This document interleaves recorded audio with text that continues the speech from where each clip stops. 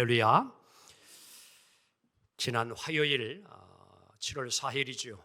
이제 우리 강화문 감리회 본부가 있어서 역사보존위원회 모임이 있어서 그것을 이제 가서 회의를 다 마치고 택시를 타고 KTX 이제 서울역에 이제 도착을 했습니다. 내리는 순간부터 소리가 들려왔습니다. 예수 믿고 구원 받으세요. 확성기를 통하여서 전도하는 이들, 비가 오는 가운데도 천막을 쳐놓고 열심히 복음 전하는 그들의 모습을 보고 듣게 되어졌습니다. 그 순간 저는 잠시 생각을 하지 않을 수가 없었습니다. 만약 이 시대에 우리 예수님이 오셨다면 예수님은 어디서 복음을 전하셨고 어떻게 예수님은 복음을 전하셨을까? 여러분들은 이런 생각을 한 번도 가져본 적이 없습니까? 신앙생활하면서 정말 예수님은 생애 동안 어떠한 전도를 하시고 삶을 살으셨는가?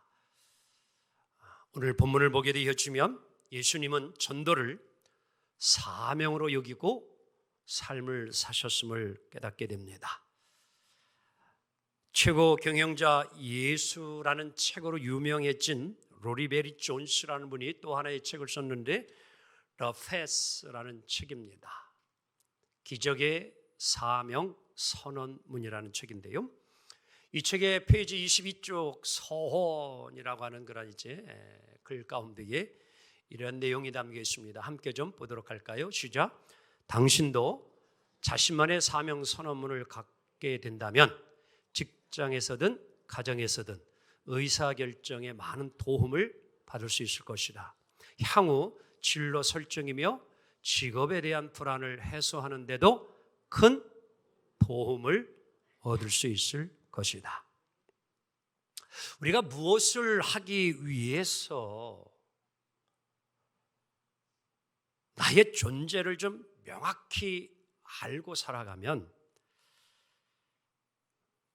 그건 상당히 중요함을 이야기해 주고 있습니다.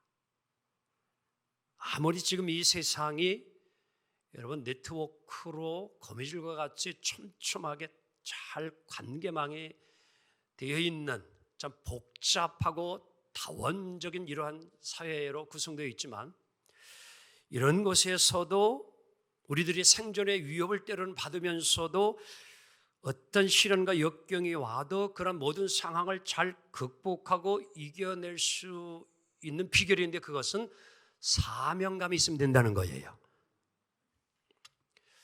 아마도 저의 생애 가운데에 가슴 벅차게 무엇에 대한 사명을 갖게 된 첫 경험이 하나 있는데 그것은 바로 지금은 초등학교라고 하지만 제가 다닐 때는 국민학교였습니다. 그러면 그 당시 학교를 등교를 하게 되어지면 저희 집 앞이 마을 입구에 있고 다리가 있었는데 그곳에 마을 아이들이 다 다리에 모여요. 그럼 이제 깃발을 제가 탁 들고 하나 둘 줄을 서가지고 갑니다. 어디까지? 학교까지 가요. 그러면 한 바퀴 정문을 딱 들어가서 한 바퀴 딱 돌으면은 교실 정 가운데에 태극기가 이렇게 있어요. 그러면 제가 국기에 대한 맹세 이렇게 합니다. 다 같이 나는 자랑스러운 태극기 앞에 조국과 민족의 무궁한 영광을 위하여 몸과 마음을 바쳐 충성을 다할 것을 굳게 다짐합니다. 충성이래. 이걸요 매일같이 하는 거예요.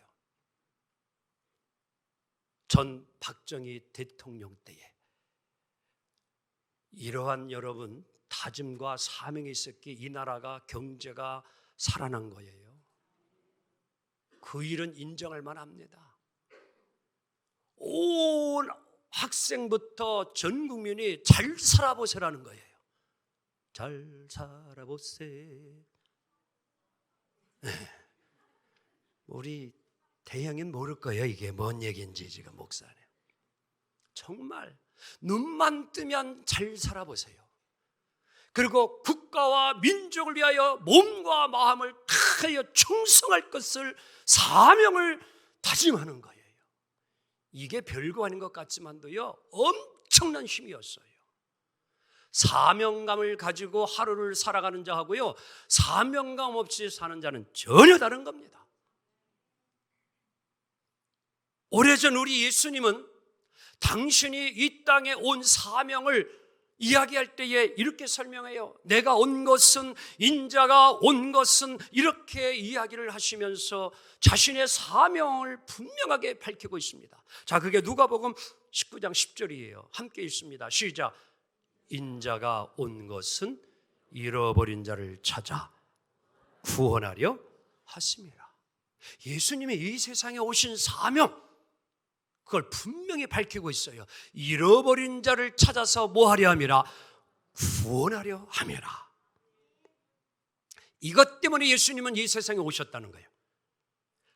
바로 이 The Fast라는, 아까 책이 있었지만 The Fast는 길을 이야기해줘요. 사람들이 늘 오고 다니면서 자연적으로 생겨진 길을 Fast라는 거예요.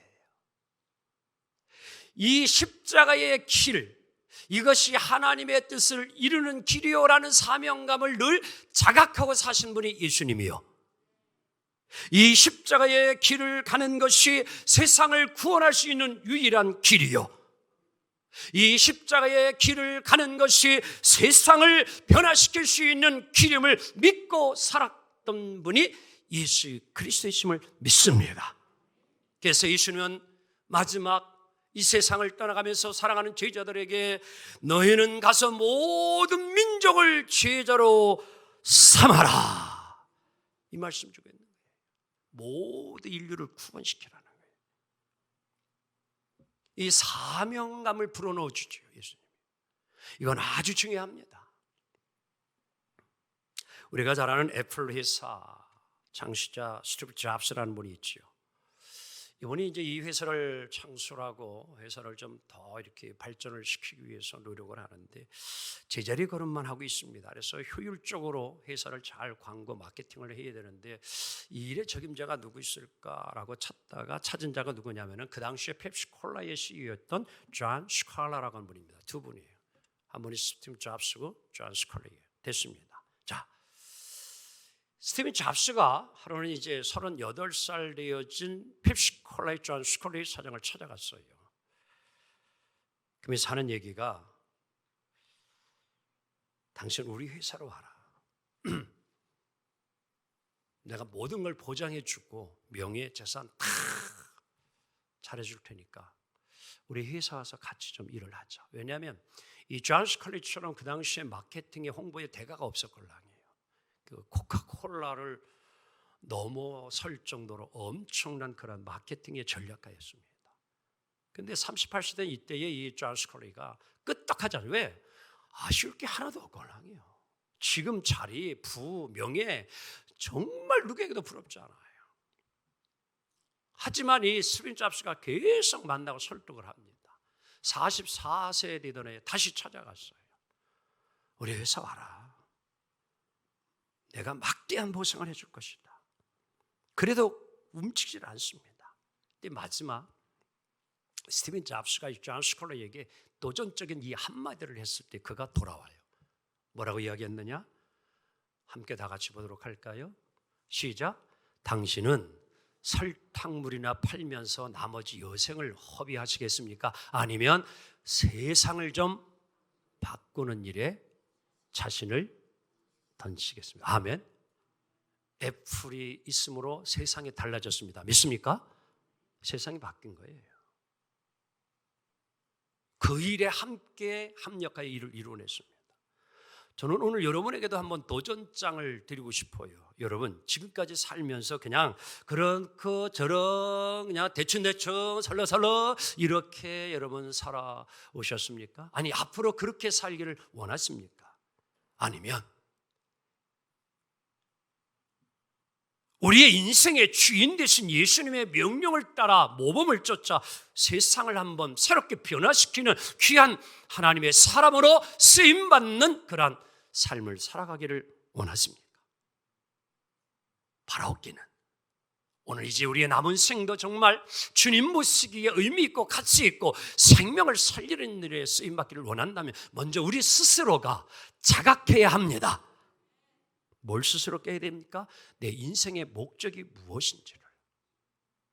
그저 돈 많이 벌어가지고 잘 먹고 잘 입고 사는 것이 우리 인생의 목적이 아니라 예수님께서 베드로와 요한에게 이제는 너희가 고기를 낚는 어부의 인생이 되지 말고 사람을 낚는 어부가 되어야 하리라. 아멘. 여러분, 어부가 잘못됐다는 게 아닙니다. 그건 하찮은 직업이라는 게 아닙니다.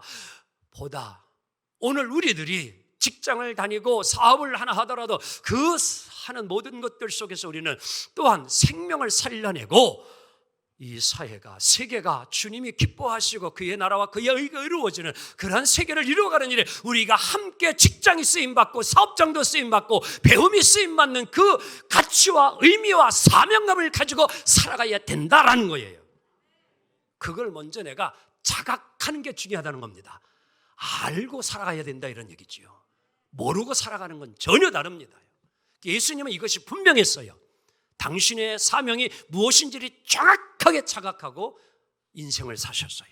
두 번째, 그것을 아신 예수님은 모든 어떤 일을 할 때에 전도를 하더라도 계획을 하시고 삶을 사셨던 분이 예수님이에요. 다 같이 전도 계획을 가지셨다. 뭘 가져요? 계획을 가지는 게 중요해요. 다 같이 계획을 가지자.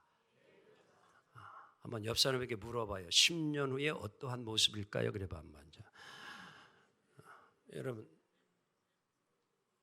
올 한 해 우리 사업하시는 분들 뭐 식당 하시고 뭐 학원 뭐 여러 올 한 해 여러분들 얼마의 매출을 계획을 했어요? 목표를 어느 정도 세워놨어요?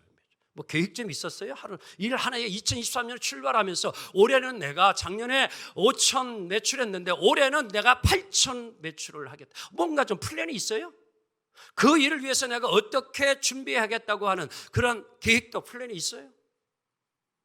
우리 예수님은요, 사명감을 가지시고 이 일을 이루어갈 때에 플랜이 분명했어요. 제가 이제 앞으로 10년 조금 안 남았습니다. 목회를 가지고 있어요. 12명의 선교사를 파송하고 40명의 이제 비전교회 또 기관을 돕는, 이것은 변함없는 저의 이제 남은 목회 속에서 이루고 싶은 저의 플랜, 목회 계획이에요. 하나님이 이루어 줄 걸 저는 확신해요. 그래 10년 안에요. 근데 이 일을 이루어감에 있어서 해마다 10월 달이 되어지면 저는 새해 다가올 1년의 목회 계획 전체 1월부터 12월까지 목회, 12월에 목회 플랜을 전체 연목회 계획을 세워요. 그리고 이제 새해 날이 오기 전에 항상 뭐예요? 월 목표를, 계획표를 정확하게 짭니다. 그리고 한 주간의 계획을 세우고 그날 매일 새벽 기도 마치고 오늘 내가 어떠한 일정을 스케줄을 가지고 이 하루를 보낼 것인가 정확하게 플랜을, 계획을 세우고 삽니다. 여러분들 어떻게 사십니까? 한번 옆 사람에게 이렇게 물어볼까요? 오늘 점심 좀 같이 할래요? 그래봐요. 자, 그러면 답이 두 가지로 나와요. 하나는 오늘 점심에 이미 약속된 플랜이 계획된 사람은 yes, no.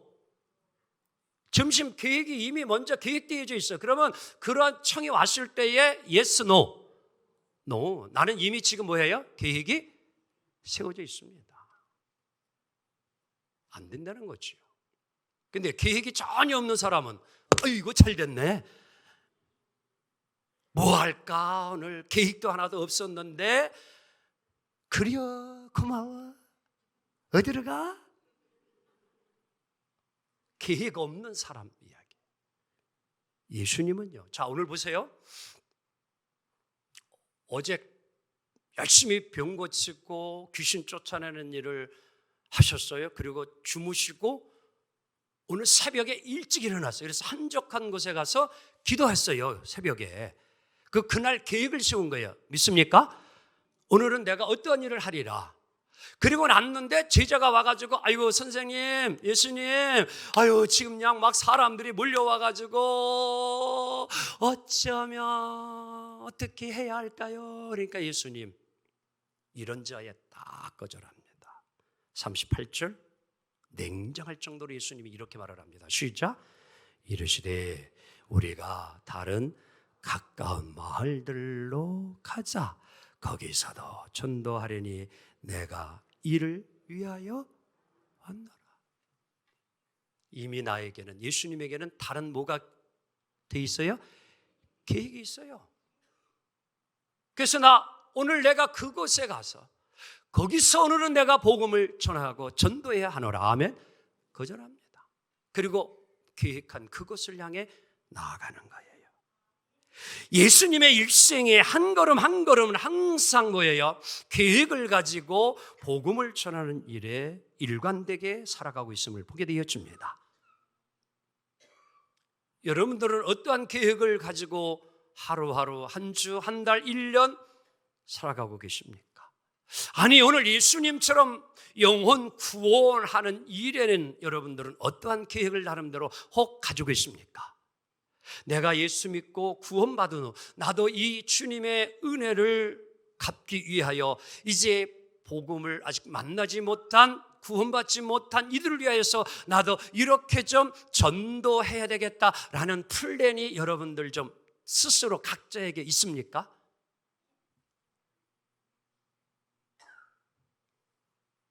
하나님이 오늘 우리 하늘성교를 여기에 세우심은 교회를 통하여 영혼을 살리기 위함입니다. 아멘. 생명 살리기 위하여 교회에 세운 거예요. 교회에서 예배도 드려야 되고 기도도 해야 되고 서로 교제도 나누어야 되고 구제와 봉사도 해야 하지만 중요한 것은 영혼 살려야 합니다. 주님 오실 때까지 그 사명 감당하는 거예요. 그래서 이제 2023년 목회계획을 세우면서도 오늘 7월 둘째 주를 두배부흥 전도 축제의 시작의 선포를 오늘 예배를 통하여 시작한 겁니다.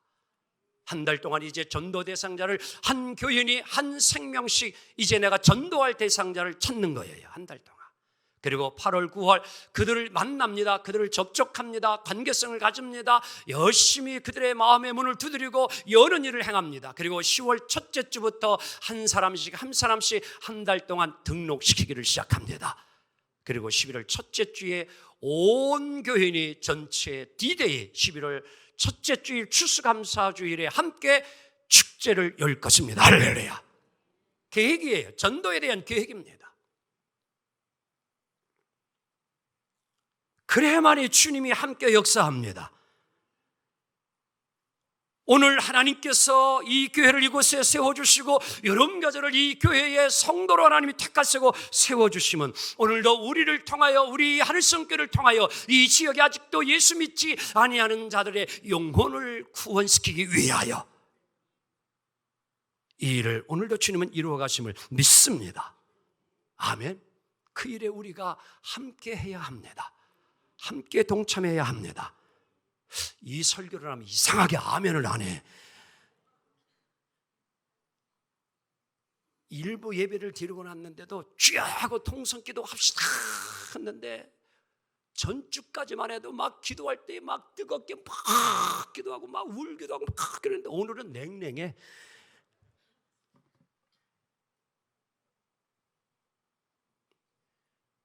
여러분,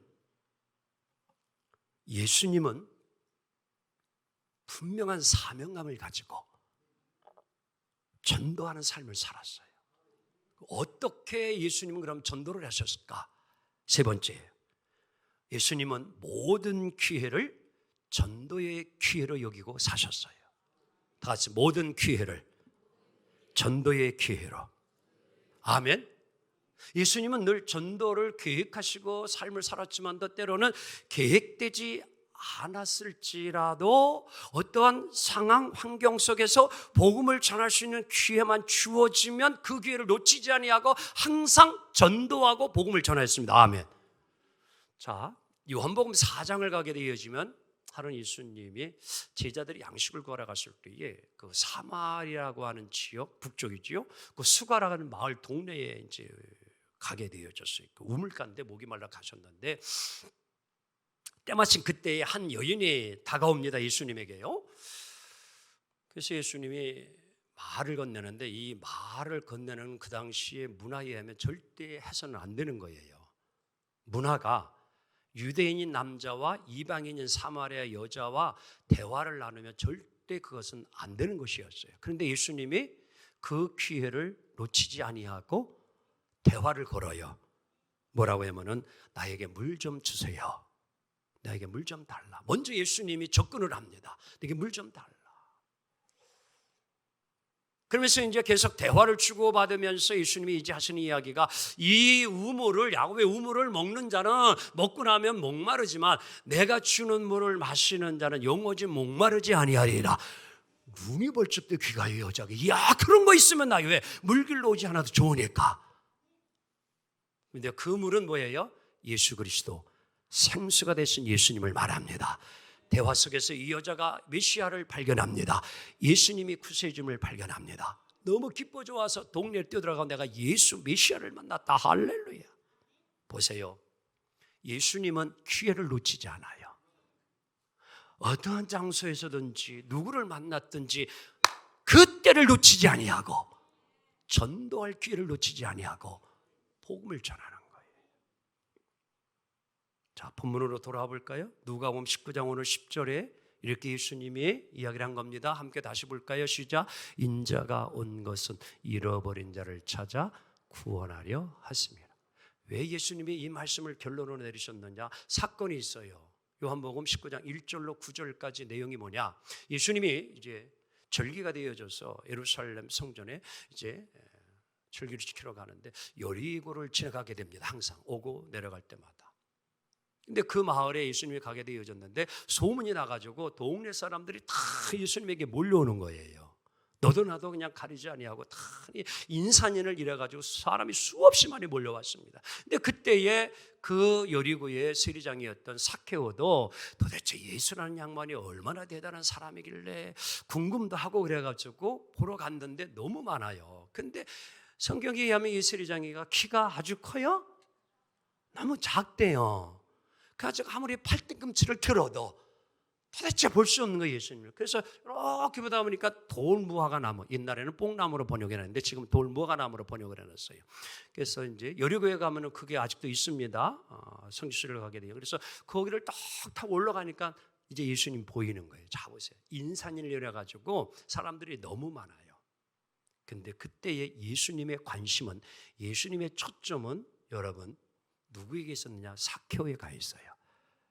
그 군중 무리들을 다 제치고 예수님이 어디로 가요? 돌무화과 나무에 있는 삭개오에게 갑니다. 삭개오야 내려와라. 내가 오늘 내 집에 머물러야겠노라. 삭개오가 감동을 받습니다.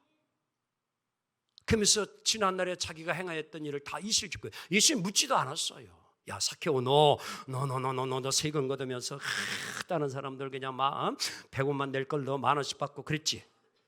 예수님 이런 질문을 하나도 안 했어요. 근데 삭개오가 스스로 그 예수님의 놀라운 권위 앞에 자기 자신의 잘못을 회개하고 고백해요. 내가 4배나 갚겠나이다. 내 재산의 절반을 나누어 어려운 사람 나눠주겠나이다. 그때 예수님이 하시는 말씀이 있어요. 오늘 이 집에 구원이 이르렀노라. 이 집에 구원이 왔다고 이야기해요. 그리고 나서 오늘 10절에 다시 한번 읽습니다. 인자가 온 것은, 시작. 인자가 온 것은 잃어버린 자를 찾아 구원하려 하심이라. 아멘. 예수님은 삭개오의 가정을 구원시킵니다.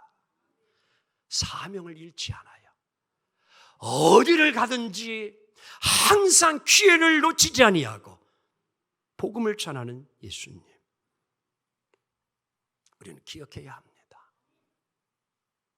이번 서울 올라가면서도 이제 서울역 서부역 쪽에서 광화문 가는데 한 15분 걸려요. 택시기사님 또 친구 감독, 동위원회 감독하고 같이 또 잘 우연히 만나게 되어져서 같이 타고 가는데 서로 신앙적인 이야기를 하다가 기사님에게 한마디 할 수밖에 없죠. 옆 사람 하면서 기사님 예수 믿으세요. 그치? 감독 목사가 할 얘기가 뭐가 있어요? 그 짧은 시간 동안 그가 듣든지 아니 듣든지 그 짧은 10분 15분 사이지만도 예수 믿고 구원받으세요. 예수 믿고 영생하세요. 그리고 다시 이제 끝나고 택시 타고 오는데도 보니까 기사 그 스틱 있는 이제 거기 보니까 그 앞에 오른쪽에 보니까 염주알이 요만큼 있더라고. 그래도 해라 모르겠다. 예수 믿고 구원받으세요. 내렸어요. 그렇잖아요. 그도 구원받아야 되잖아요. 아멘? 구원받을 대상이잖아요. 미국의 시카고를 가게 되어 여러분 유명한 윌로크릭 교회라는 곳이 있는데 이 교회 담임 목사님이 빌 하이베스 목사님이에요. 교회가 작지요? 교회가 작지요? 어마어마하지요? 초대형 교회입니다. 정말. 근데 이 목사 빌 하이베스 목사님이 이 교회를 세우신 목적이 있어요. 중요한 게 뭐냐면은 불신자를 전도하는 교회가 되어야 된다. 목회 방향 그랬어요. 기존에 믿는 자들을 교회 오게 하는 게 아니라 이 목사님은 믿지 않는 자들, 불신자를 구원시켜서 하나님께 데려오는 거, 생명 얻게 하는 거, 그게 목회의 사명이었어요. 이번에요. 그렇게 하니까 성도들 그 열정, 열심을 같이 하게 되죠. 근데 이분이 어떻게 전도를 했냐면요, 그 스토리를 읽어보면 우리도 일상생활을 하잖아요. 그렇죠? 여러분 가는 식당이 있어 없어요? 미용실이나 이발소 있어 없어요? 뭐 이제 가게도 뭐 마트 가는 데 있어 없어요? 그러면 이 목사님은요 여러 군데를 여기저기 다니지 아니하고 하나 내지 두 개 딱 정해놓은대요. 이렇게 집중적으로 미용실 가고 집중적으로 식당 가는 거. 아마 여러분들 내가 한 50번만 식당 그 식당을 매주마다 가면은 주인이 기억할까 안 기억할까? 안 기억해요? 기억하고도 남지요. 다 같이 어서 오세요 그래봐. 너무 기뻐 좋아해요. 이 목사님이 그렇게 살았다는 거예요. 그래가지고 누구든지 주인이 볼 때마다 자기를 반드시 기억할 만한 고객으로 그렇게 늘 접근하고 찾아가고 만나고 맛있게 먹고 나도 맛있습니다. 아주 잘 이발해 주셔서 미용해서 고맙습니다. 그리고 빠마비 29,000원 하면은 3만원 딱 주고 이발비 마찬가지. 콜 택시는 어떻게 했냐고 하면은요, 메모를 딱 해놨다가 택시 필요할 때는 그 번호, 그 기사님만 부르는 거예요. 10분이면 10분, 20분, 20분, 30분, 30분 그 사람만 탁 부르는 거예요. 그리고 계산할 때에 지금은 카드라 딱 카드 결제하면 끝나지만 뭐 100원까지도 그때는 그렇지 않았으니까 뭐예요? 현금으로 주게 되었지만 만약에 여러분들 5,600원 들었으면 6,000원 탁 주면서 다 같이 티 400원 별거 아니지만도요 10번, 20번, 50번, 100번 이렇게 하면은 그분이 나중에는 다 같이 누굴까? 선생님일까? 아유 하늘성교회 김장로일까? 하늘성교회 조 권사님이실까? 궁금할까 안 궁금할까요? 궁금해. 그래서 어느 날은 질문을 해 본인이 혹시 어떻게 되세요? 그럼 다 같이 하늘성교회 김장로입니다. 그래 봐봐. 그러면 그 다음에 예수 믿고 구원받으세요 하지 않아도 다음 주 교회 갈까 안 갈까? 이미 여러분 그 질문을 했다라고 하는 것은 마음이 뭐 했다는 거예요? 열려졌다는 거예요. 교회 가고 싶다는 거예요. 믿습니까? 전도는 생활 속에서 이루어져야 되는 거예요. 이제 내일부터 호반 서밋 입주하는데요. 우리 이제 교직원을 하면서 전도를 앞으로 우리가 이제 한 2달, 한 열흘 동안 어떻게 이렇게 뭐 계획도 세우고 뭐 연수 맞추고 그런데 뭐 회는 하는데 그래 전사님 한 번에 목사님에게도 전도 잘하는 사람에게 뭐 상품 이래가지고 제가 딱 잘랐어요. 뭐 해도 좋지만 영혼을 살리는 것을 우리가 상품으로 대치하지 말자. 어느 교회는 뭐 금 한 돈 이렇게도 한데 금속돈은. 그런데 그러면 뭐 받으려고 전도해? 이거는 목적이 잘못됐다는 거예요. 제가 그게 주는 게 아까워서가 아니에요. 정말 우리가 영혼을 살리는 것이 금반지 한 돈 받으려고 전도해가지고 그 영혼 살려내는 것이 목적이 되면 안 됩니다. 영혼을 사랑하는 마음으로 영혼을 살려내려야죠. 하나님이 그만둔 아니에요. 하나님은 생명의 면류관, 의의 면류관, 영생의 면류관으로 주실 분이 하나님이에요. 우리는 그 믿음 가지고 사는 거예요. 그래서 열심히 잘하신 분들 뭐 시상 안 할 거는 안 할 거는 아니지만 우리들이 정말 무엇을 하나 하더라도 주님의 마음을 좀 가지고 했으면 합니다. 그래서 바울 사도는 이제 마지막 정리합니다. 디모데에게 이렇게 유언 아닌 유언을 부탁을 해요. 디모데후서 4장 2절입니다. 함께 읽습니다. 시작. 너는 말씀을 전파하라. 뭐 얻든지 항상 힘쓰라. 아멘. 여러분, 모든 만남의 기회를 전도의 기회로 우리도 삼아 봅시다. 누군가를 만나게 해주었다는 것은 나를 통하여, 내 입술을 통하여 그에게 복음이 증거되라고 하나님이 붙여주심을 믿고 복음 전하여 그 사람이 예수를 믿게 되어 영생을 얻게 되어졌다면 그분은 평생 영원토록 잊지 않을 것입니다. 뭐라고? 옆 사람 보면서 권사님 때문에 예수 믿어 고마워요 그래봐. 평생 고마워하지 않을까요? 하늘나라에서 정말 아유 나 김권사님 때문에 내가 예수 믿어 이렇게 이 하늘 천국에서 항생하며 복락 얻게 되어서 권사님 너무너무 고마워요. 이 소리 하지 않을까요? 기도합니다. 주님 감사합니다.